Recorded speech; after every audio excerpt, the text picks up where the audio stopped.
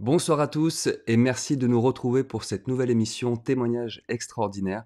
Ce soir, les Nuréens, vous allez découvrir des expériences hors normes que certains d'entre vous ont vécues et ont choisi de partager avec nous en vidéo. D'ores et déjà, je tenais à leur dire un immense merci pour leur témoignage et puis pour la confiance qu'ils nous accordent en nous livrant ceci. Et je vous rappelle que vous aussi, si vous suivez cette émission et que vous avez vécu des expériences hors normes, vous pouvez les partager avec nous. Il vous suffit d'enregistrer votre témoignage en vidéo, si possible une dizaine de minutes maximum, et de nous l'envoyer par mail sur l'adresse qui s'affiche juste ici, contact@nurea.tv. Si le fichier est trop lourd, vous utilisez WeTransfer ou un autre moyen de votre choix. En tout cas, on sera ravis de découvrir vos vidéos. En attendant, je vous propose de découvrir les 9 témoignages qui nous attendent ce soir. C'est parti!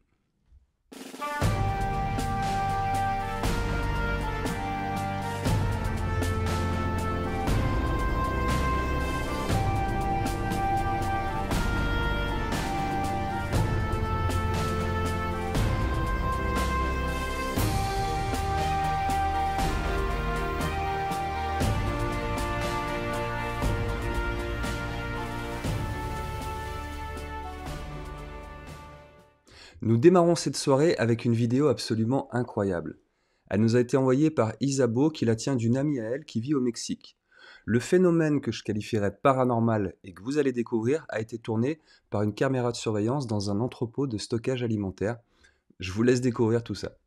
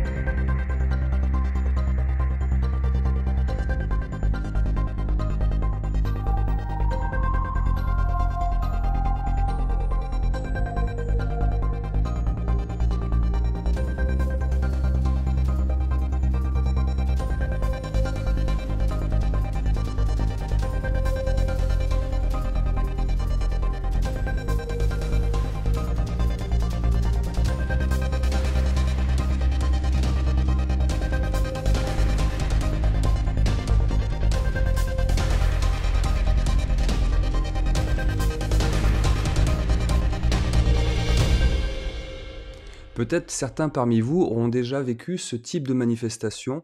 N'hésitez pas à nous le faire savoir dans les commentaires. De la même manière, si vous pensez avoir des explications, rationnelles ou pas, à nous fournir sur cette vidéo, vous pouvez aussi nous apporter toutes ces précisions dans les commentaires. On poursuit cette émission Témoignages extraordinaires avec le témoignage de Mathieu, qui partage avec nous deux histoires que lui qualifie de zarbi, moi j'utiliserais les mots intrigant et fascinant. C'est parti. Bonjour Nora, bonjour Guillaume, un immense merci pour toute cette mine d'informations que vous nous offrez. Je vous adresse deux expériences un peu particulières, un petit peu étranges, un peu zarbi, faut dire, qui ont été fondamentales dans mon existence. Bon visionnage à vous et encore merci. Le premier événement, j'étais grand adolescent, jeune adulte peut-être, je sais pas, quelque chose, 16, 17 ans, je sais plus trop. À cette époque-là, j'étais tombé sur un bouquin chez mon père qui parlait des sorties corporelles. Alors je me suis empressé de l'emprunter, de le lire, de l'intégrer au maximum et évidemment d'essayer. Donc je me suis appliqué à faire comme il racontait dans cet ouvrage, dont je ne sais plus du tout ni le titre, ni l'auteur, ni même l'édition, bref. Mais bon, c'est des choses qu'on peut trouver assez facilement maintenant sur le net, hein, ce genre de déroulé pour parvenir à cela. Alors je mets, je mets tout le monde en garde, hein, c'est pas quelque chose qui s'improvise, ça reste quelque chose qui va dans l'astral quand même. Donc avec tous les dangers que ça peut comporter. Surtout quand on est jeune et relativement inexpérimenté. Et donc j'applique à la lettre le plus possible ce qui est écrit dans cet ouvrage. Il est raconté que bon, faut s'allonger, se détendre, avec des exercices de base de relaxation, de respiration. Et puis il conseille de se protéger, de s'imaginer, se visualiser dans une belle bulle bleue ou blanche, et puis de faire appel à tout un tas de, de conscience éveillée, d'êtres de lumière, tout ça, de saints, Marie, Jésus et autres. Ce que je fais, alors ça m'apporte de grands moments de relaxation très agréables. En expérimentant, en poussant un peu, j'arrive à un moment où le corps se tétanise. Et là, c'est un point de basculement, c'est un moment où voilà, faut appuyer sur le corps pour que le corps éthérique ou le corps astral se propulse et sorte donc de son enveloppe charnelle, de cette enveloppe charnelle. Et là, rien à faire, je n'arrive pas à aller outre ce stade. Donc je persévère sans jamais y parvenir. Les jours, les semaines, les mois passent et un jour je me retrouve en train de répéter un spectacle. J'étais au lycée à ce moment-là et avec un groupe d'amis ou de connaissances, on répétait un opéra rock. Et je savais que j'avais un bon moment avant que les scènes qui me concernaient arrivent. Donc je me retire dans la loge, que je ferme ma clé, j'éteins la lumière, je m'allonge, et je fais comme d'habitude. Respiration, concentration, une petite bulle de lumière, j'appelle tous les saints, tout ça, pour me filer un coup de main, pour m'accompagner. Et encore une fois, rien. Là, je m'agace un peu, je m'énerve. Et l'idée de cette grande bêtise qui va venir surgit à mon esprit. Je vais appeler tous les démons, tous ces noms de démons qui me passent par la tête. Et j'étais étonné même d'en connaître autant. Et eux, figurez-vous qu'ils ne se sont pas fait prier, si je puis dire, ils sont venus tout de suite. Ils n'ont pas attendu que je finisse la liste. J'ai eu... Alors, ça va paraître un peu ridicule, là, faire le son comme ça, mais... imaginez que vous êtes dans une petite pièce, je sais pas, douzaine de mètres carrés peut-être, et c'est comme s'il y avait en haut, autour de vous, des tuyaux autour, et que dans ces tuyaux, il y avait un grondement qui arrivait, qui était très lointain au début, qui arrive, et qui fait... Voilà, c'est quelque chose un peu comme ça, qui arrive donc dans les tuyaux, enfin, l'impression que j'avais, comme si ça sortait des tuyaux, ça arrivait par des tuyaux, et qui approche, et qui approche, et qui approche, et qui petit à petit était tellement près que je pouvais presque sentir le souffle. Et là, quand j'ai senti que c'était vraiment à quelques millimètres et que ça allait m'envelopper, eh bien, au plus profond de mon cœur, j'ai appelé Marie. Voilà. Et là, elle est arrivée. Alors, est-ce que c'est elle? Ouais, pour moi, c'est elle, hein, parce que j'ai retrouvé ces vibrations à de nombreuses reprises après, jamais aussi intensément, je dois dire, mais c'était vraiment ces vibrations. Et là, j'étais enveloppé, vraiment entouré, et en l'espace d'un instant, une fraction de seconde, les grondements et les entités qui étaient là avant ont disparu totalement. Elles ont été annihilées par cette présence. Et ce jour-là, j'ai compris qu'il y avait deux puissances de l'univers, de force, on peut dire, et qu'il y en a une qui était quand même largement supérieure à l'autre. Voilà pour une de ces deux expériences qui m'ont vraiment fait comprendre beaucoup de choses. Même si après j'ai pu comprendre qu'il fallait aller au-delà de ces histoires de dualité, mais pendant un bon moment ça m'a quand même beaucoup accompagné. Et deuxième expérience, encore dans un théâtre, dans une loge de théâtre même précisément, de très nombreuses années après, je me suis retrouvé en région parisienne. J'avais monté mon décor et je laissais place à la technicienne qui allait brancher ces trentaines de projos pour les représentations à venir. Et donc je me suis retiré dans la loge et bon, j'avais pas fermé à clé cette fois. Ah oui, petite chose que j'ai oublié de préciser, c'était que tout à l'heure, dans l'expérience précédente, dans la loge, j'avais donc fermé le verrou et éteint la lumière, mais quand ces murmures se sont approchés, j'étais tétanisé, je ne pouvais plus bouger. Je ne pouvais pas me lever, je ne pouvais pas bouger pour allumer la lumière. J'étais coincé dans mon enveloppe charnelle, je ne pouvais plus intervenir du tout. La seule issue possible, ça a été de faire cet appel à Marie. Voilà. Donc je reviens sur la deuxième expérience, pardon. Je ferme la porte sans la verrouiller, donc, et puis je lui dis tiens, je vais me faire une petite méditation tranquille, je sais que j'en ai pour un petit moment, là, quelques heures même.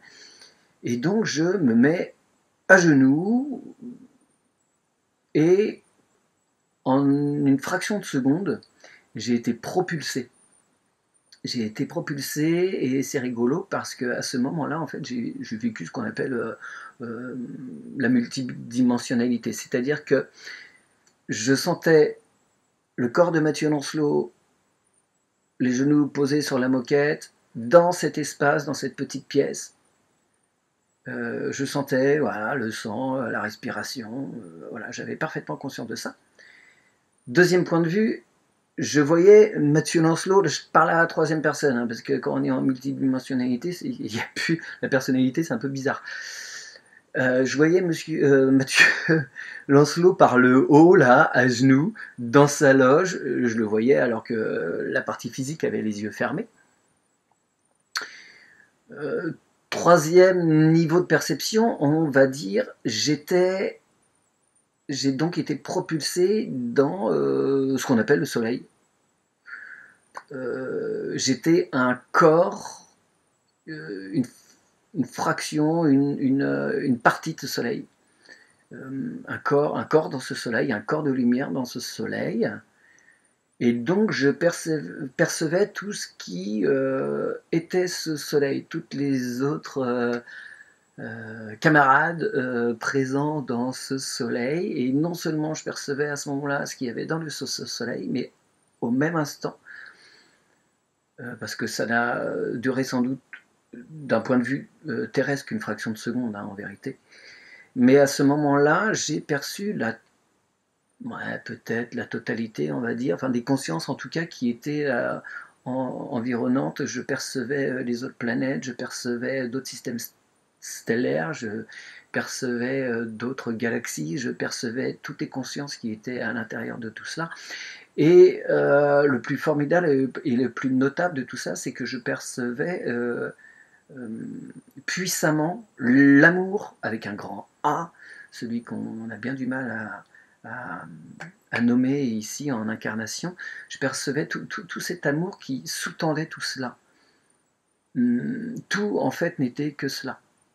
Et il y avait une reliance entre tous les éléments. Alors c'est complexe à expliquer, c'est cette connexion au grand tout, ce qu'on appelle, d'autres parlent aussi de cela, cette connexion au grand tout dans des expériences, dans l'incarnation. Et là, j'étais aussi sur un point de vue, enfin, il y avait plusieurs points de vue, c'est ça qui était rigolo.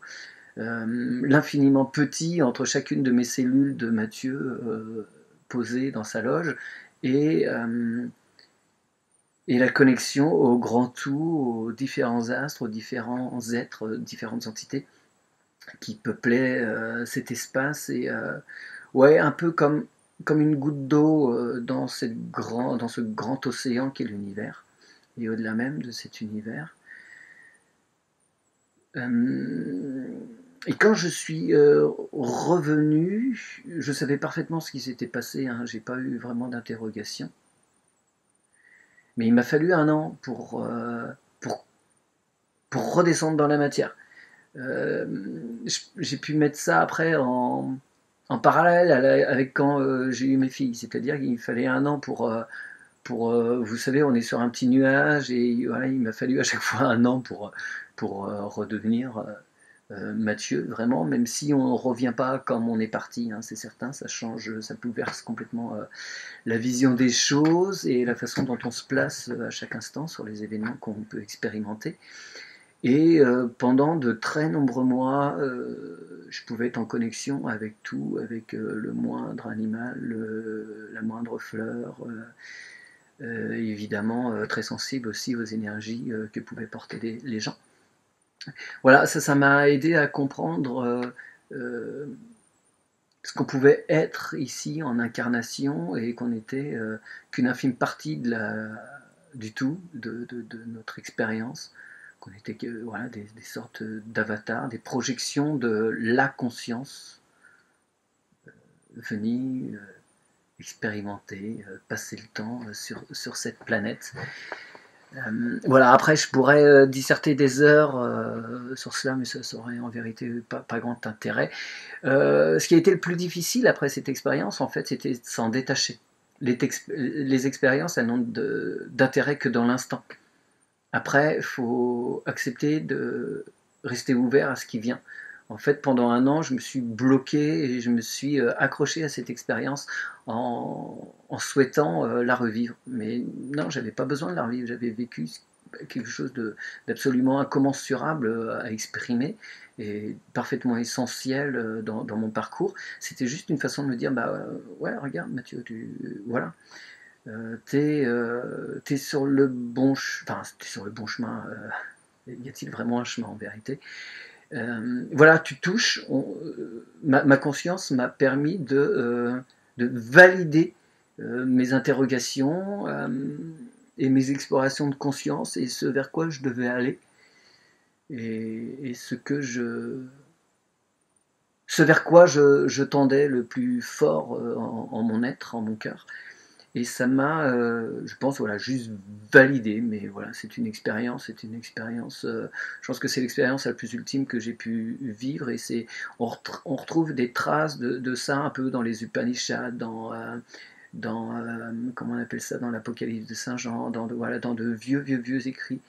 C'est ce qu'il appelle le corps sans couture, ce qu'on appelle zut. Pas l'entièreté, le corps d'être-té, voilà. Et autre petit fait notable, il me semble important par rapport à cette expérience, c'est que quand j'étais là-haut, entre guillemets, j'étais noyé, environné, et dans ce qu'on appelle la connaissance. À ce moment-là, il n'y a même pas de question, parce que tout est présent, toutes les informations sont là, on sait que tout est information, on est, euh, on est dans ces champs d'information et donc on a accès à tout. Et il me semble que ce que je cherche dans cette incarnation, par le biais de l'hypnose, c'est aussi de confirmer certaines choses et essayer d'atteindre en fait ces connaissances, parce que quand on revient, on est coupé de cette connaissance, mais même si il y a quelque chose qui reste présent, des certitudes fondamentales, mais on, on est imprégné de ça, mais en même temps on n'a pas les réponses comme ça très précisément de tel ou tel événement, mais chacune de nos cellules en est imprégnée. C'est ça. C'est un peu l'aspect frustrant de cette expérience, c'est que on revient, ah bah zut, on est coincé dans ce corps et ah bah zut, je ne suis que celui qui s'appelle Mathieu Lancelot et je perds l'immensité de ce que je suis en vérité et cet accès à toutes ces connaissances. Après ce témoignage de Mathieu, je vous laisse découvrir celui de Virginie, une artiste médium qui nous raconte une histoire particulièrement poignante. Un très grand merci à toi Virginie pour ce partage. Bonjour à tous les Nuréens, à Nora et Guillaume bien sûr, et à tous les modérateurs. Je voudrais d'abord vous remercier de nous permettre de nous exprimer sur des sujets, on va dire, non conventionnels. Et je vais me présenter rapidement. Donc, je m'appelle Virginie, je suis artiste graphique et médium.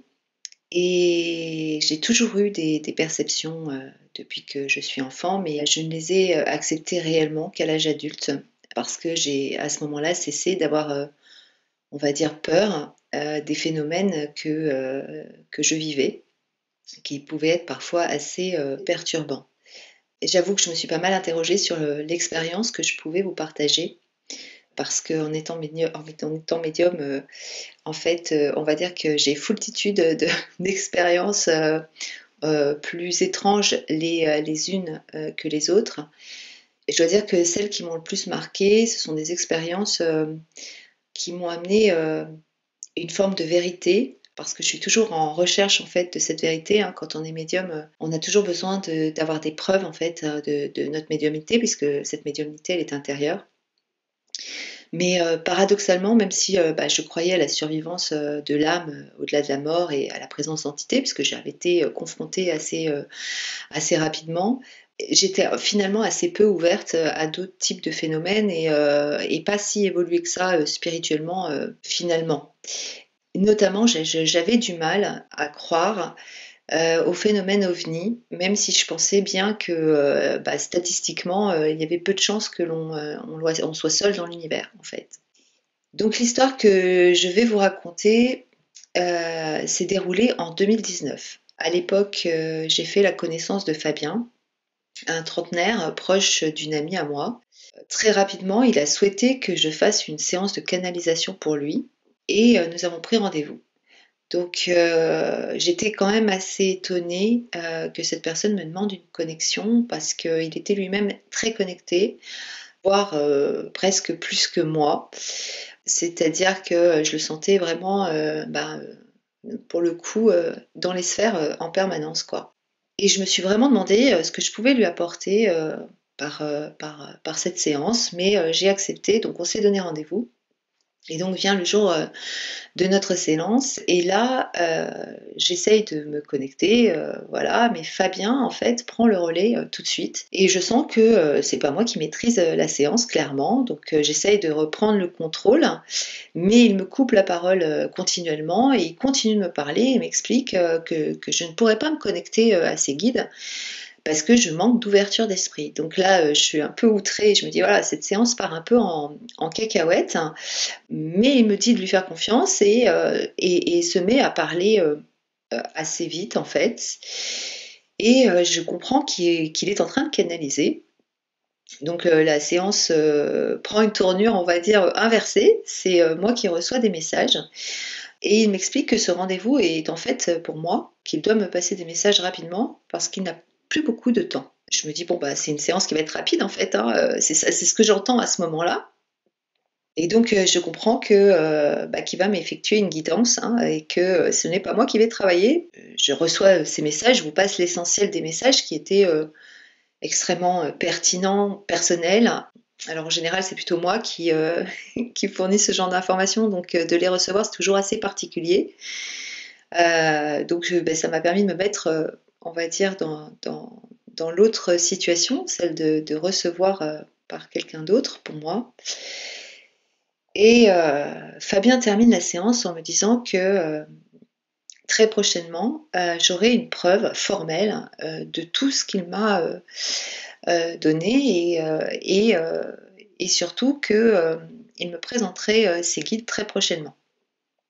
Donc j'avoue qu'en fin de séance, je suis assez déconcertée, mais je prends tout ça très très au sérieux. J'écoute ce qu'il me dit, j'ai noté des choses qui vont se révéler assez pertinentes dans les mois et les années qui vont suivre. Et puis, une dizaine de jours plus tard, c'était un après-midi, je suis au téléphone avec une personne qui a besoin de mes services médiumniques, comme c'est souvent le cas, et je commence à ressentir des douleurs insupportables dans la poitrine, dans le bras gauche, au niveau de la mâchoire. J'ai vraiment une sensation à ce moment-là de malaise général. J'ai vraiment l'impression que je vais mourir, hein. Clairement, je me dis: «Je suis en train de faire une crise cardiaque, il se passe quelque chose». Je suis un peu à bout de souffle, donc j'informe en fait, mon interlocutrice que, je commence, à me sentir pas bien, et elle commence à sentir que j'ai de plus en plus de mal à parler. Donc elle commence un peu à paniquer, à me dire qu'il lui faut mon adresse. Alors, on n'est pas du tout dans la même région, hein, à ce moment-là. Qu'il lui faut mon adresse, que pour appeler des secours, il lui faut mon adresse. En fait, elle veut appeler des secours pour venir m'aider. Tout ça se passe dans un temps relativement rapide, en fait, hein, on va dire en une minute et demie, 2 minutes. C'est assez massif, en fait, hein. Je suis complètement envahie par ces douleurs, j'ai l'impression qu'il va m'arriver quelque chose. Et à ce moment-là, Fabien apparaît en face de moi.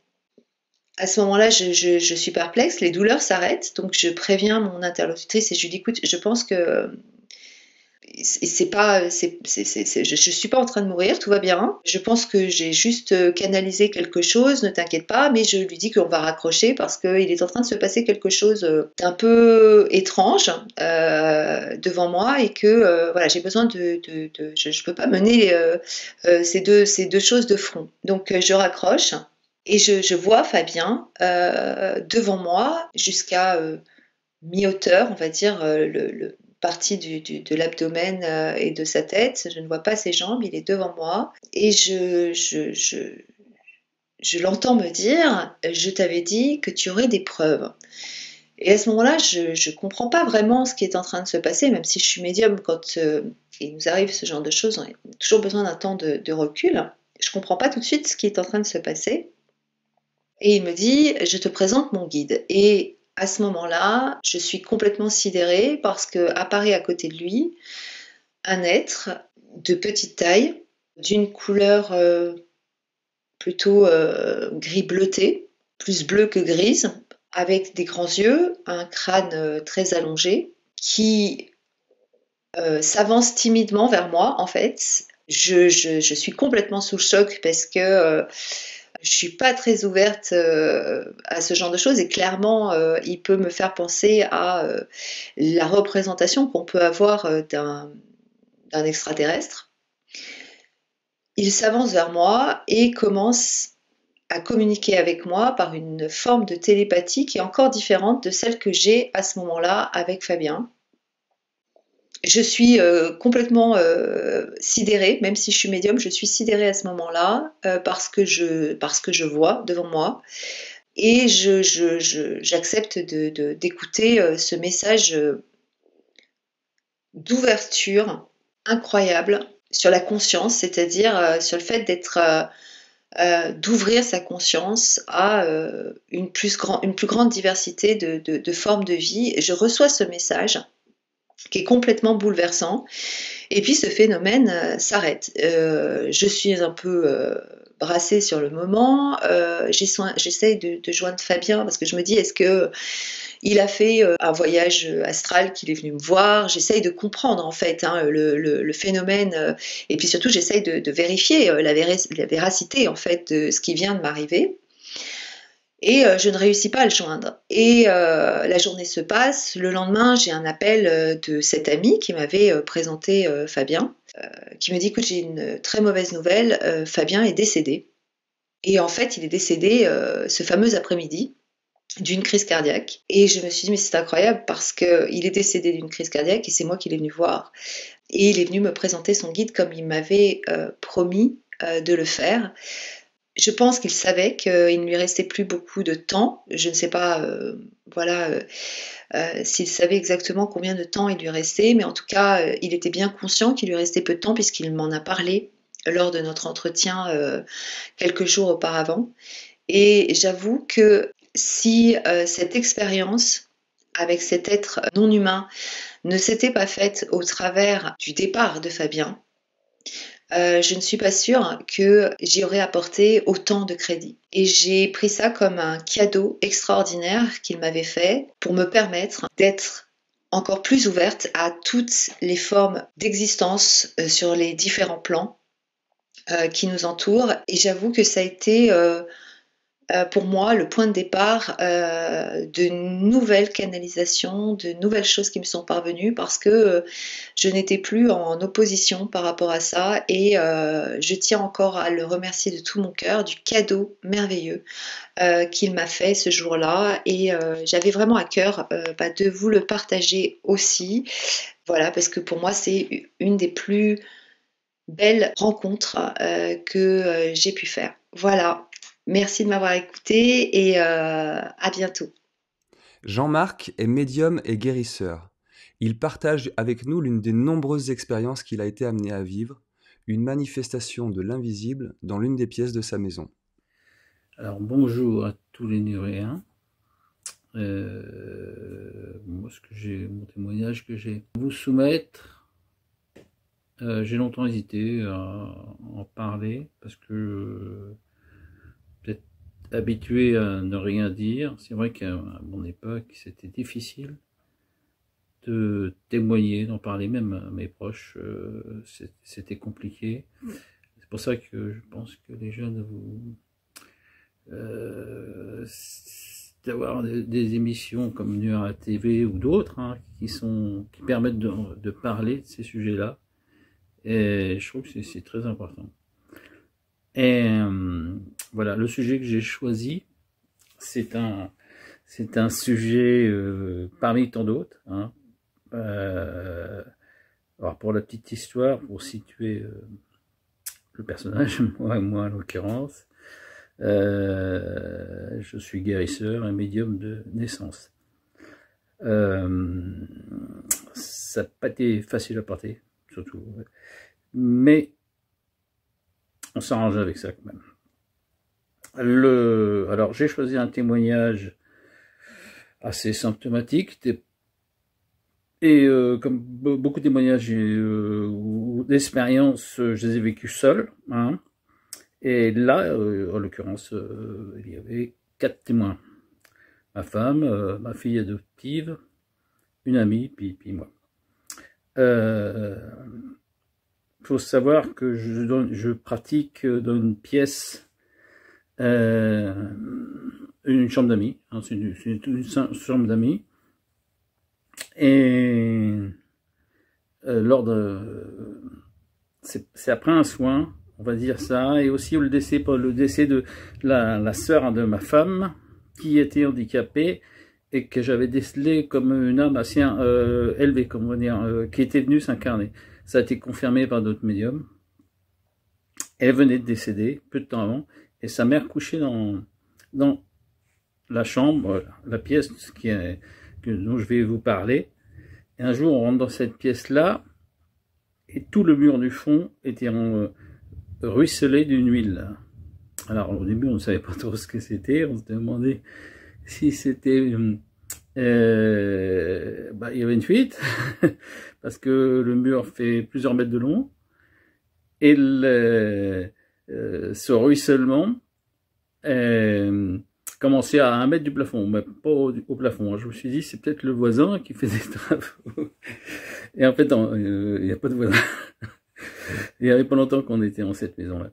Et l'huile, il y en avait un paquet, hein. À tel point que la table d'ordinateur qui était à côté, qui ne touchait pas du tout au mur d'ailleurs, était remplie d'huile aussi. Mon ordinateur en est rempli, et c'était incroyable.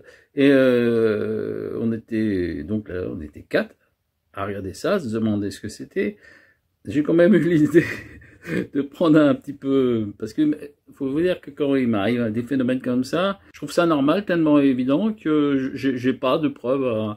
J'aurais pu prendre, c'est vrai, un petit peu ce que je me suis dit, c'est ce qu'on m'a dit, un petit peu dans un récipient d'huile pour l'analyser ou je sais pas quoi. C'est pas fait du tout, mais j'ai quand même senti l'odeur et je me suis rappelé, comme j'ai fait mon catéchisme et tout, je me suis rappelé que ça avait l'odeur quand même qu'on appelait l'huile sainte à l'époque. Et je me suis rappelé aussi des histoires de témoignages, des vierges qui pleurent de cette huile, des toiles comme ça. Donc j'ai eu ce phénomène chez moi qui n'a duré que quelques heures en fait, hein, quelques heures. Et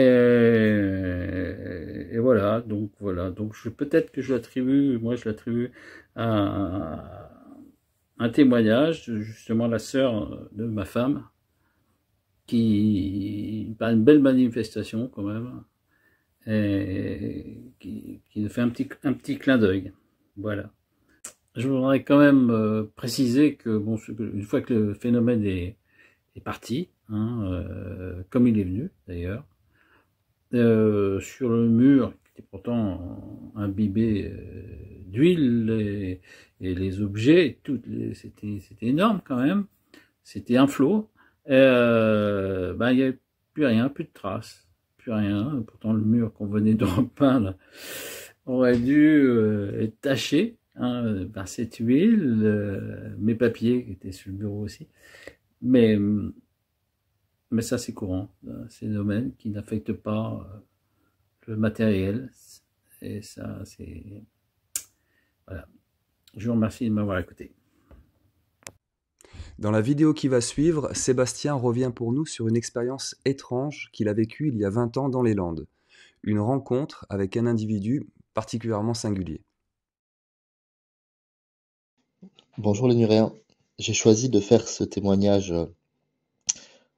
caché parce que voilà, j'ai quand même un poste à responsabilité et que je voudrais pas être jugé par rapport à ce que je pourrais raconter aujourd'hui. Donc je vais vous faire part d'une expérience que j'ai vécue il y a une vingtaine d'années.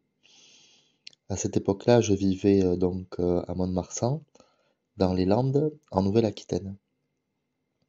J'habitais près de l'hôpital Leyné, à une centaine de mètres environ, dans une petite résidence, et je vivais donc au premier étage. Ma résidence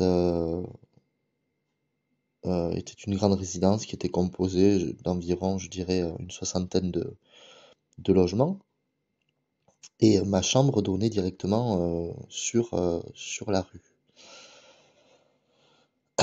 Donc, c'était, je pense, le début du printemps.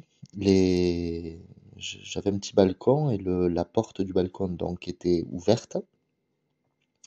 Et j'étais dans mon appartement. Alors je sais plus si j'étais en train de ranger ou de me reposer, mais voilà, j'étais pas endormi quoi qu'il en soit. J'étais bien éveillé. Et donc j'entends provenir de l'extérieur un sifflement. Donc ce sifflement, je peux pas le reproduire parce que ça serait induire en erreur, mais c'est un sifflement donc d'une mélodie, quelque chose qui est sifflé un petit peu, oui voilà, comme si on sifflait une chanson ou quelque chose comme ça. Donc bon, ça attire mon attention. Je me dis tiens, c'est marrant, j'ai quelqu'un qui siffle quelque chose dehors, et comme j'étais près de la porte du balcon, je sors sur le balcon par curiosité, quoi. Et, euh, et donc je découvre en contrebas, à une trentaine de mètres à peu près, donc au niveau d'un petit portail piéton qui donnait sur la résidence, je, je, je vois donc quelqu'un en train de siffler, sauf que ce quelqu'un, ben, il est complètement enfin, anormal. C'est un, per- un homme qui mesure, d'après moi, plus de 2 mètres de hauteur, très très grand et très imposant. Je sais pas, on pourrait comparer ça à un physique de catcheur, quoi. C'est vraiment une personne très forte. Et voilà, ce qui est particulier, c'est qu'en fait, cette personne, elle a un costume qui est complètement anachronique.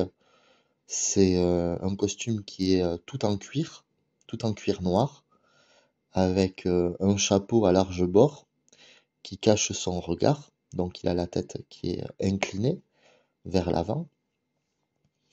Et donc il a un grand manteau en cuir qui descend jusqu'aux pieds, un pantalon en cuir également, des grandes bottes en cuir aussi, j'imagine.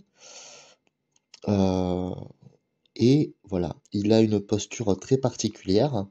Dans sa main droite, il tient une canne à pommeau qui est assez haute, qui lui arrive à peu près à la hauteur de l'estomac, je dirais.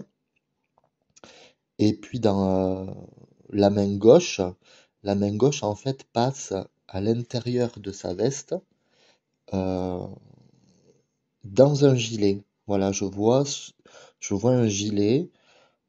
C'est tout noir, hein, c'est du monochrome, c'est tout noir.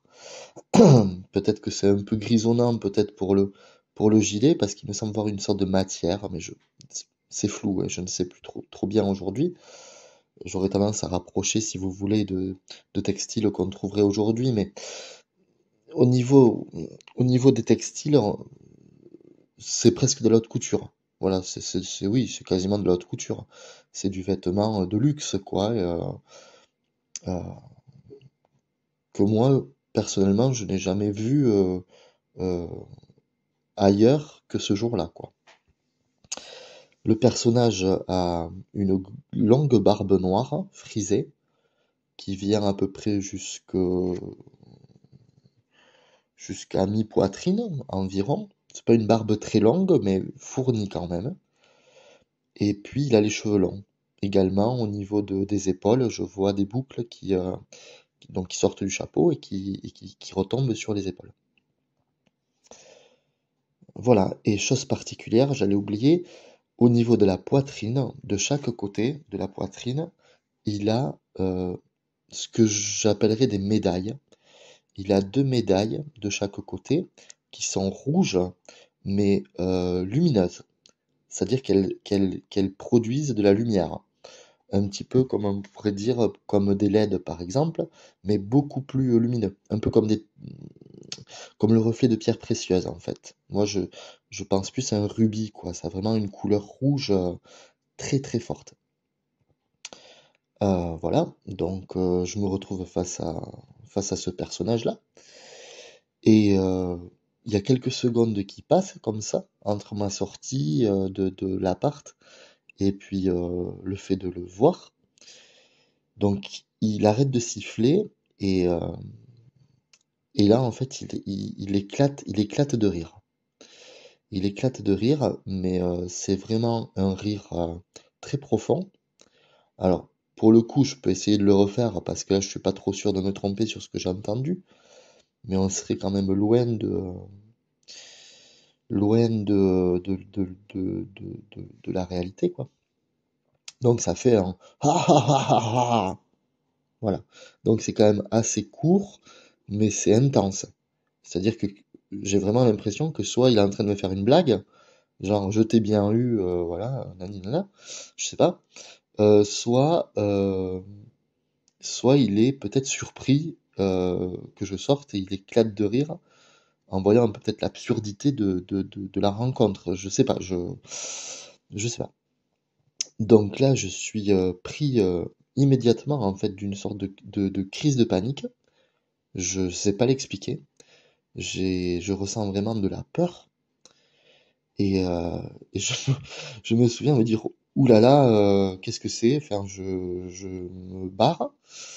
Donc je fais demi-tour, je ferme la porte du balcon et immédiatement, c'est stupide, mais immédiatement, je descends le store. Je descends le store en bas et je me souviens, je m'assois et je me dis, c'est vraiment chelou.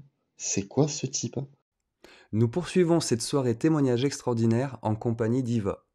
Elle partage avec nous 3 histoires. Une rencontre extraordinaire, une manifestation de ce qu'elle espérait être son ange gardien et une observation d'OVNI. Je vous laisse découvrir tout ça. Un grand merci Iva pour ces partages. Chère Nora et Guillaume, bonsoir. Bonsoir les Nuréens. Alors, je m'appelle Iva et je suis vraiment très heureuse de pouvoir à mon tour témoigner ce soir. Parce que ça fait 7 ans maintenant que je te suis, toi Nora, depuis la chaîne du Grand Changement. Et il y en a eu du changement puisque j'ai pu assister à la naissance de Nurea TV et à l'arrivée de Guillaume et voir ta communauté grandir jusqu'à l'arrivée de cette émission, les témoignages extraordinaires, et qui nous permet à nous les Nuréens de vous partager nos histoires extraordinaires. Malheureusement, je n'ai pas réussi à filmer mes 3 histoires en une seule fois. Donc, ça se passera en 3 temps. Mais je vous ai concocté un petit montage vidéo, un petit montage fait maison, histoire que le contenu soit plus agréable à regarder. Alors, la toute première histoire que j'aimerais vous partager, c'est celle d'une rencontre extraordinaire que j'ai faite en 2016. L'année où j'ai découvert que j'avais un cancer des ganglions lymphatiques, appelé aussi lymphome hodgkinien. Cette rencontre, je l'ai faite à la fin de l'année 2016, alors que j'étais en rémission. Et c'est ma rencontre avec toi, Nora, sur la chaîne du Grand Changement. Et donc, certes, je suis en rémission, mais complètement perdue. Je me pose énormément de questions à cette période de fin d'année 2016. Et je tombe sur ta chaîne, le Grand Changement, avec Stéphane. Et puis ensuite, la naissance de Nurea TV. Et là, je me sens encore beaucoup plus en questionnement intérieur. Et je tente de jeter une bouteille à la mer en t'envoyant un mail à toi, Nora, où je te pose un millier de questions, sans vraiment penser que tu me répondras. Et puis tu me réponds.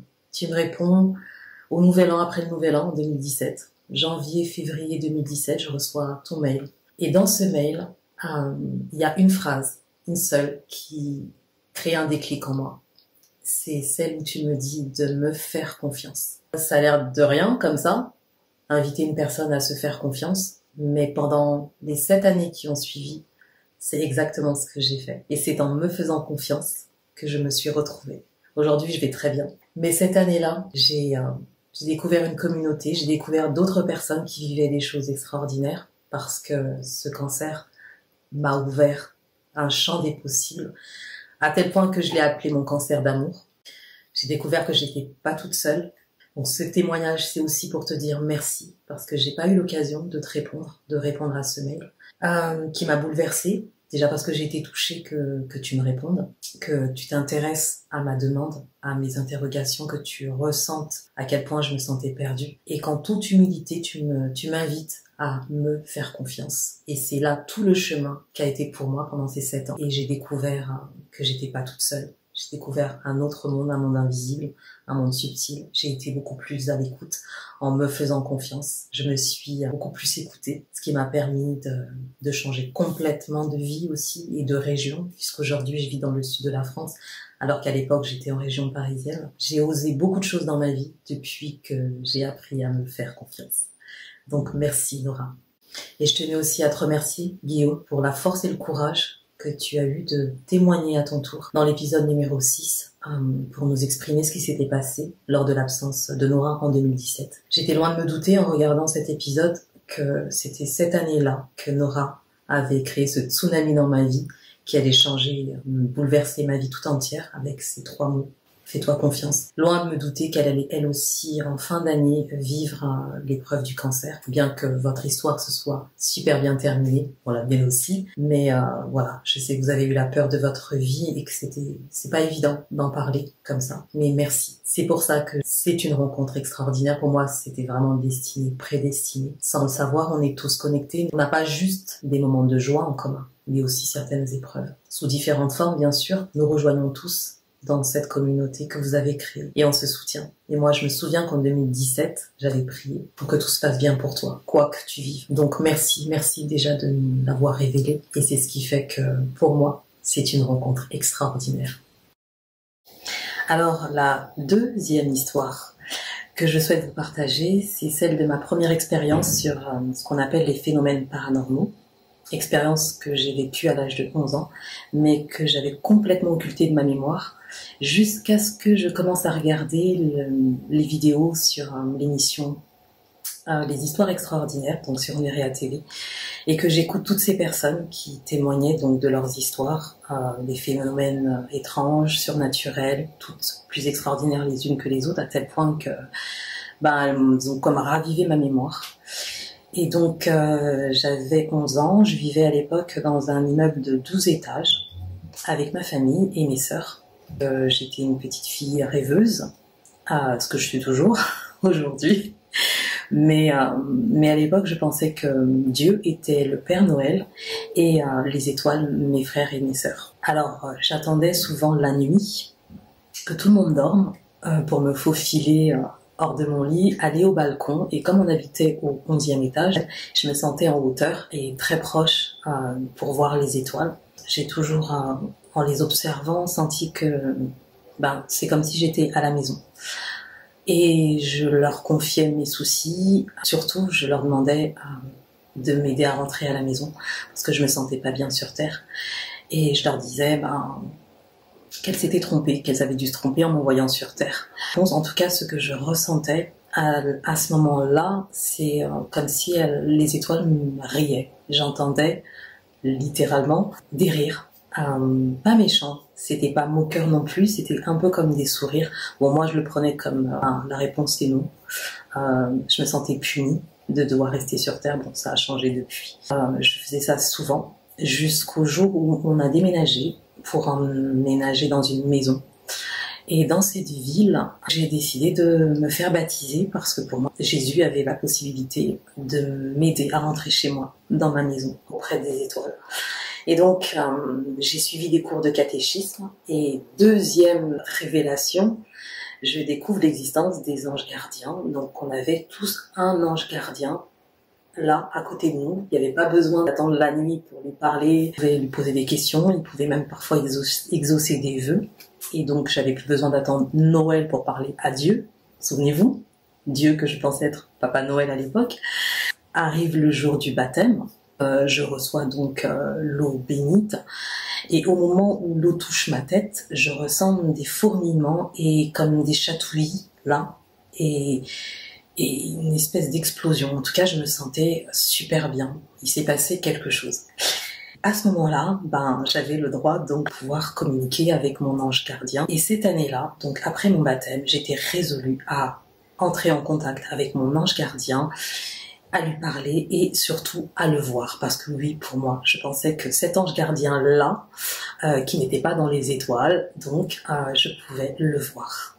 Et j'ai attendu l'été, où je suis partie en vacances en Suisse dans une famille d'accueil. Donc il y avait une petite fille, une fillette d'à peu près mon âge, elle avait 9 ans, moi j'avais donc 11 ans. Le soir, on avait le droit de regarder un film, c'était un film en famille.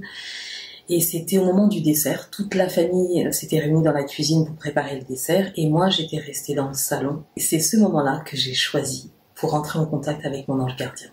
Je me sentais bien dans ce salon, je me sentais bien dans cette famille d'accueil. Je passais un super bel été et en plus j'étais baptisée. Je me suis installée donc dans le fauteuil, un grand fauteuil beige. Je me souviens qu'en face il y avait deux petits fauteuils. Donc là j'étais assise sur le canapé plutôt et en face il y avait deux fauteuils. Je ne sais pas pourquoi, c'est le fauteuil de droite que je me suis adressée à mon ange gardien pensant qu'il était assis sur le fauteuil de droite. C'est comme ça En tout cas, je ressentais la chose. J'ai donc entamé la conversation. Je me souviens que je lui avais donné un nom. Et donc, je l'ai appelé par son nom, très sérieusement. Et je lui ai demandé de me faire un signe, de se montrer à moi. J'y ai été avec tout mon cœur. Je lui ai parlé avec beaucoup de douceur. Je lui ai promis, juré, que je n'aurais pas peur, que je ne partirais pas en courant, que je n'en parlerais à personne s'il se montrait à moi, que j'avais envie de le voir juste un tout petit peu, juste une seule fois, que je promettais de tout mon cœur de rester tranquille, qu'il pouvait avoir confiance en moi, qu'il n'avait pas à avoir peur. Et à ce moment-là, il s'est passé quelques secondes de silence. J'avais l'impression d'être dans une bulle, qu'il n'y avait plus rien qui existait autour de moi. J'entendais même plus ma famille d'accueil, donc qui était dans la cuisine à ce moment-là, s'affairer. Il n'y avait plus aucun bruit. J'étais focus sur ce canapé, donc à droite. Je fixais ce canapé, je retenais mon souffle, et à un moment donné, je vois une ombre se décaler de derrière le canapé, juste là, sous mes yeux. J'ai détalé plus vite que mon ombre. J'ai eu la peur de ma vie. Je suis partie dans la cuisine. Je ne me suis pas retournée parce que cette ombre avait la forme d'un être humain. En tout cas, j'ai vu le début d'un corps, le buste, et une tête ronde. Donc, se décaler du canapé. Et je sais que ce n'est pas l'ombre du canapé parce que cette ombre s'est déplacée. Je l'ai vue sur le sol, le mur, et j'ai vu cette tête apparaître avec ce début de buste. Et je me suis cassée. J'ai fui plus vite que mon ombre. J'ai été dans la cuisine, tétanisée. Je réalisais à peine ce qui venait de se passer. Je savais que quelque chose avait bougé, quelque chose était apparu, quelque chose que j'avais invité à apparaître. Ma famille d'accueil, à ce moment-là, se doutait absolument de rien. Je n'ai rien dit à personne, je ne sais pas pourquoi, je n'ai rien dit. Je suis restée bouche bée. Ils n'ont pas vu le changement de comportement, ils n'ont rien, ils ne se sont aperçus de rien. Ils se sont tous déplacés dans le salon. Moi, je suis restée en arrière, c'est-à-dire que le papa, la maman, la fillette, moi j'étais derrière elle. Je les regardais sans rien dire. Et à un moment donné, j'entre dans le salon et je vois que plus rien, plus d'ombre. Tout le monde s'installe, le père, la mère sur le canapé, la fillette s'installe sur le canapé de gauche et moi il ne me reste que le canapé de droite. Je fais un petit tour d'horizon avec mes yeux pour voir s'il n'y a pas d'ombre. Franchement, à ce moment-là, j'étais très mal à l'aise. Je me suis assise sur ce canapé, mais j'étais pétrifiée. J'ai mis beaucoup de temps avant de me sentir détendue. L'un des parents donc a mis le film et on a commencé à manger le dessert, à regarder. Je me souviens plus trop de la suite, mais je sais que je n'en ai jamais parlé à personne jusqu'à aujourd'hui, à vous, Lénuréens. J'ai tellement occulté cette histoire que je n'ai plus jamais fait appel à mon ange gardien. Je n'ai plus jamais parlé aux étoiles. J'ai attendu 20 ans avant de pouvoir me reconnecter à mon ange gardien. Ce que je peux dire aujourd'hui avec beaucoup de recul et tous les événements que j'ai pu vivre et phénomènes paranormaux après cette histoire-là, que donc j'ai occulté pendant 20 ans, ce que je peux assurer, c'est que ce n'était certainement pas mon ange gardien qui est apparu à travers cette ombre, de derrière ce fauteuil. Je le sais aujourd'hui parce que mon ange, lorsque je suis à son contact, ne me fait pas peur.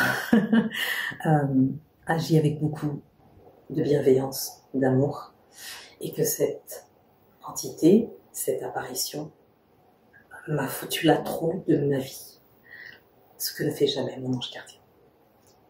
Voilà, le soleil s'est couché et la nuit est tombée chez moi, d'où le changement d'éclairage. Et c'est parfait pour vous raconter, vous partager ma dernière et troisième histoire, une histoire d'étoiles et de soucoupes volantes, qui s'est passée le 5 septembre 2021, alors que je venais d'emménager dans le sud de la France, dans un appartement, seul. Il est 1h du matin. Je suis endormie et une envie pressante me réveille. Je vais aux toilettes et au retour, au lieu d'aller me recoucher, j'ai une autre envie qui me vient, celle d'aller dans le patio pour observer mes étoiles. Je cherche pas à comprendre, je vais dans le patio, je monte les volets, et là, je découvre un ciel, mais ultra étoilé. Mais alors, comme jamais j'en ai vu depuis que je suis dans le sud. À ce moment-là, quelques minutes s'écoulent. Et là, je vais observer quelque chose dans le ciel que je n'ai jamais vu. Ce phénomène m'a tellement bouleversée, touchée, rendue heureuse, que j'ai eu besoin d'en parler assez rapidement à quelqu'un. Il est 1h du matin et la seule personne à qui je pense à ce moment-là, c'est ma maman. Bien sûr, je l'appelle pas, je la réveille pas. Je lui envoie un audio et je lui fais mon témoignage à chaud. Et c'est ce témoignage que je vais vous faire écouter maintenant parce que je préfère que ce soit la Iva du 5 septembre 2021 qui vous raconte ce qu'elle a vu. À tout de suite. Maman, il est 1h21. Je me suis levée pour aller faire pipi et j'ai eu envie de regarder les étoiles. Donc j'ai levé les volets. Le ciel est super étoilé. Il y a un truc qui m'appelait, tu vois. Je sais pas, je me sentais appelée. Tu sais, les étoiles, ça me parle, quoi, tu vois. Mais là, je crois que j'ai jamais vu autant d'étoiles depuis que je suis là. Et je regarde vers la droite, en haut, vers l'étoile qui brille le plus. Et je vois un truc bouger, avec plusieurs lumières rouges sur le long comme ça, qui descend en verticale, mais penché. Ça va vite, jusqu'à aller derrière maintenant la maison. Je regarde bien et tout, je vois bien le truc bouger. Je me dis, c'est pas un avion, les avions ça bouge pas aussi vite. Et puis même, les avions, ça a que deux petits... Enfin, je sais reconnaître, toi, tu vois, les lumières, les phares des avions. Je pense que les anges voulaient que je voie un truc extraordinaire aujourd'hui, je sais pas. Mais je me disais, c'est bizarre quand même, ce soir, j'ai envie de regarder les étoiles, mais les étoiles, elles n'étaient pas pareilles. Et ça bougeait. Et je te dis, le truc est passé super vite, mais assez lentement pour que je le voie, mais trop vite pour que ce soit un avion. Et c'était en longueur avec plein de boutons, enfin, de lumière rouge. J'ai regardé bien et tout, je fais, mais ça, c'est trop long pour être un avion. Et en même temps, enfin, je pouvais le voir, quoi, tu vois, juste le temps que ça disparaisse, que je puisse plus le regarder au-delà des montagnes, là, c'est passé derrière la maison, en haut. Voilà, je vais te faire ce témoignage, mais je pense qu'entre le bruit des portes et, et les gens qui étaient chez moi, et maintenant j'arrive à voir ma première soucoupe volante. Ouais. Bon, bonne nuit, on va voir les rêves que je ferai, hein. Mais je me trouvais bizarre ce soir. Je sentais qu'il y avait un truc qui allait se passer, mais je pensais pas que c'était ça. C'est bizarre. En même temps, je suis pas surprise et en même temps, je les ai vus de mes yeux. J'ai vu une soucoupe volante, un ovni, de mes propres yeux. Je pourrais te le décrire, je vais te faire un dessin demain, je te l'enverrai. Bien entendu, cette nuit-là, je n'ai pas pensé à filmer ce que je voyais dans le ciel. Alors j'ai dû chercher sur internet et j'ai trouvé une photo qui collait au mieux, qui ressemblait le plus à ce que j'avais vu cette nuit-là dans le ciel. Voilà, c'était mes 3 témoignages. Il y en aurait bien sûr beaucoup plus, mais j'ai choisi de vous partager cela parce que encore aujourd'hui, ils ont un impact dans ma vie et qu'ils m'aident à garder les pieds sur terre, mais surtout la tête dans les étoiles. Merci Nora, merci Guillaume, merci aux Noréens qui m'ont écouté. Et je vous souhaite encore beaucoup d'autres belles naissances. À très bientôt. Dans la vidéo qui va suivre, nous découvrons le témoignage de Bertrand, qui revient pour nous sur un bien curieux hasard qu'il a vécu alors qu'il avait 25 ans. Salut les Nuriens, écoutez, je me présente, je suis Bertrand. Je vous ai connu pendant le Covid-19, je suis un grand fan, j'ai quasiment vu toutes les vidéos et j'ai décidé de faire un témoignage sur une expérience qui m'est arrivée, j'avais à peu près, je pense, 25 ans. Alors je vous explique, donc je suis né à Poincé dans le 49, donc 49 420 exactement. Dans cette ville de Poincé, il y a un château fort, donc c'était mon premier métier, en fait j'ai travaillé dans l'archéologie, c'était le premier chantier de l'association CHAM, chantier histoire et architecture médiévale, qui se trouve à Paris et qui existe toujours. Donc voilà, j'habitais sur la place du Guesclin, le numéro 1 exactement, et ce château fort là en fait avait une place importante puisqu'il était situé à 2 km de la frontière politique entre la Bretagne et l'Anjou. Donc ça c'est pour le démarrage. Donc j'ai 50 ans, je suis né le 17/04/1973 et je vais vous raconter ma petite histoire incroyable. Je suis parti de Poincé, j'avais 21 ans au décès de mon père. Ensuite j'ai suivi ma mère et nous avons habité la commune de Segré. Ensuite, ma mère est partie sur Paris parce qu'elle voulait en fait terminer sa vie sur Paris. Elle a fait son métier de rêve, en fait, elle a été médium.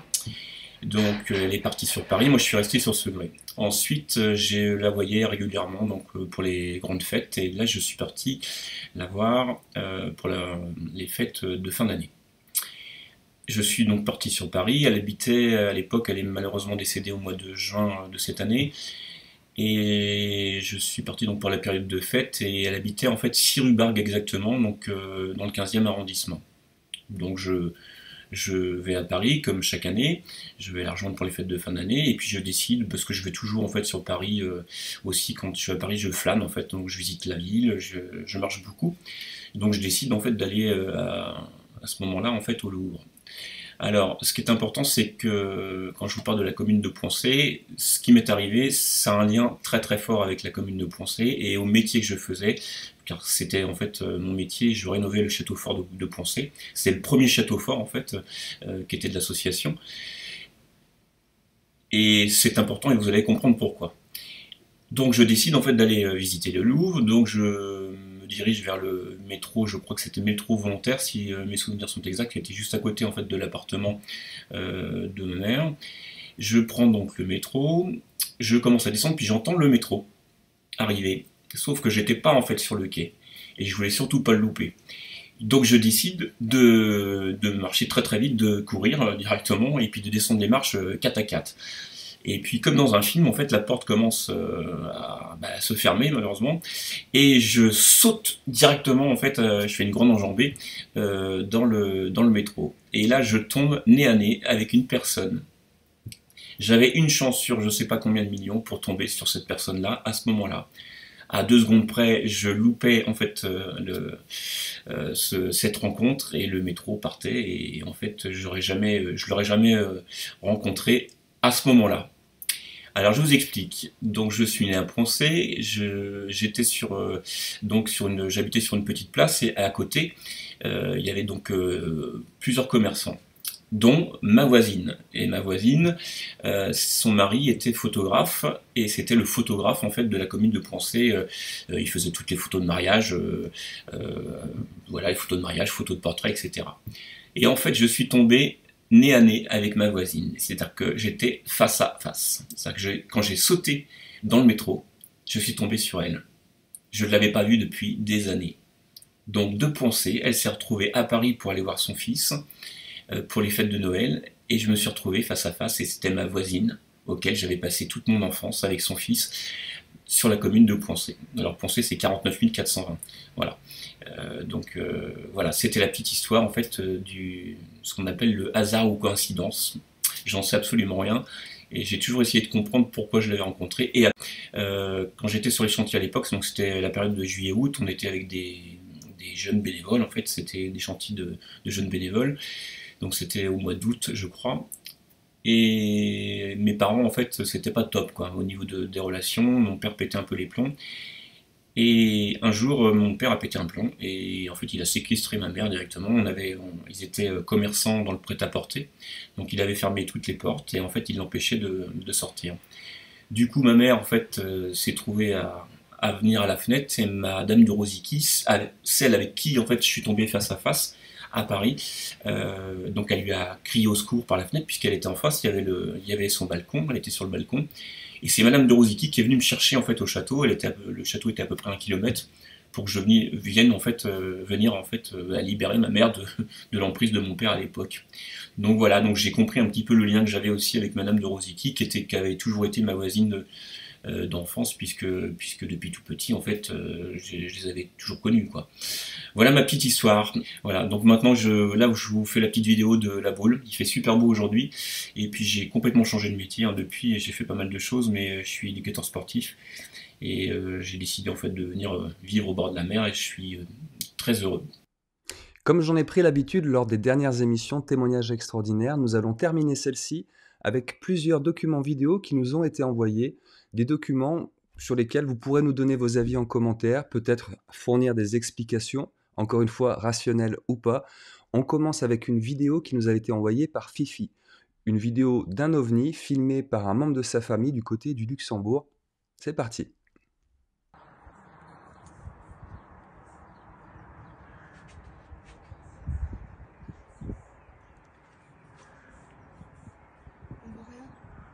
On voit rien. Dans le registre des manifestations OVNI, nous continuons avec cette série de photos qui nous a été envoyée par Marie-Christine, des clichés pris par son compagnon. Là aussi, je vous laisse découvrir et nous donner vos avis en commentaire.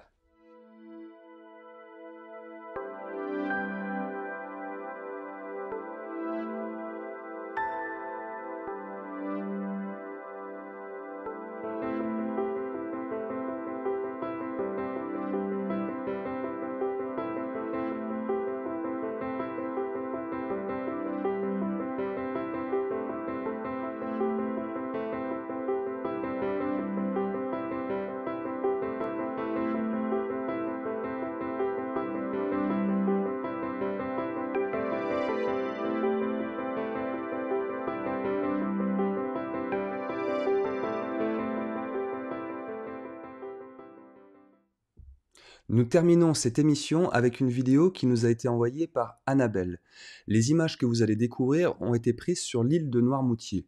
Quelques précisions avant cela, la première étant qu'il n'y avait ce soir-là pratiquement aucun vent et que de toute façon, les lampions sont interdits en bord de mer. Donc pour l'explication des lanternes thaïlandaises, il va falloir trouver autre chose. Une autre information que nous a transmise Annabelle, c'est qu'apparemment, il n'y a pas de base militaire à proximité. Là aussi, ça peut avoir son importance pour déchiffrer les images que vous allez découvrir. C'est parti! Je ne sais pas du tout ce que c'est.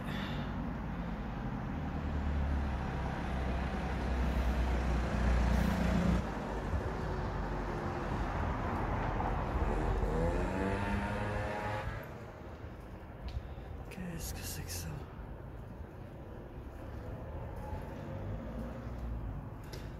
On dirait des lampions, mais c'est bizarre. Je me gare. C'est passé au-dessus de moi tout à l'heure, ça va vachement vite. Où c'est qu'ils sont? Ah voilà. Je ne sais pas ce que c'est.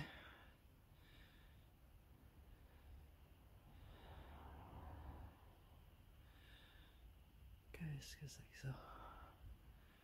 Ça se rapproche. Je les ai vus de près, ça fait comme une orbe avec une étoile à l'intérieur. C'est vraiment bizarre. Si c'était des lampions, ça se déplacerait peut-être pas comme ça. Je suis en vélo, c'est pas facile. Il y en a un troisième et un quatrième, ça va vachement vite. Je sais pas qu'est-ce que c'est que ça, bon sang.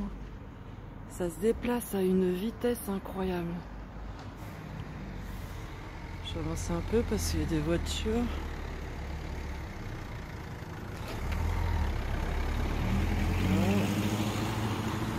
Qu'est-ce que ça peut être que ça?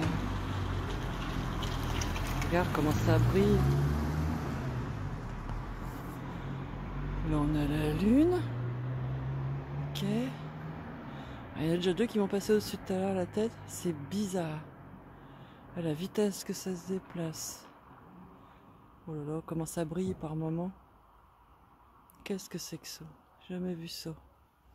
Voilà, regarde, je fais une vidéo, tu vois, il n'y a pas de vent. Il n'y en avait pas non plus tout à l'heure quand j'ai filmé ça dans le ciel. Hein. Bon, on voit plus je vois pas la lune d'ici, mais tu vois les arbres, ça ne bouge pas. Nous voici arrivés au terme de cette émission qui, je l'espère, vous aura plu. Avant de vous dire au revoir, je voulais dire un immense merci à nos témoins du jour. Merci à vous pour ces partages et surtout merci pour la confiance que vous nous accordez en relayant vos vidéos et témoignages sur l'antenne de Nurea TV. Les Nuréens, il ne me reste plus qu'à vous souhaiter une belle fin de soirée. Prenez soin de vous. On vous dit à très bientôt et d'ici là, n'oubliez pas, gardez les pieds sur terre et la tête dans les étoiles. À très bientôt. Ciao!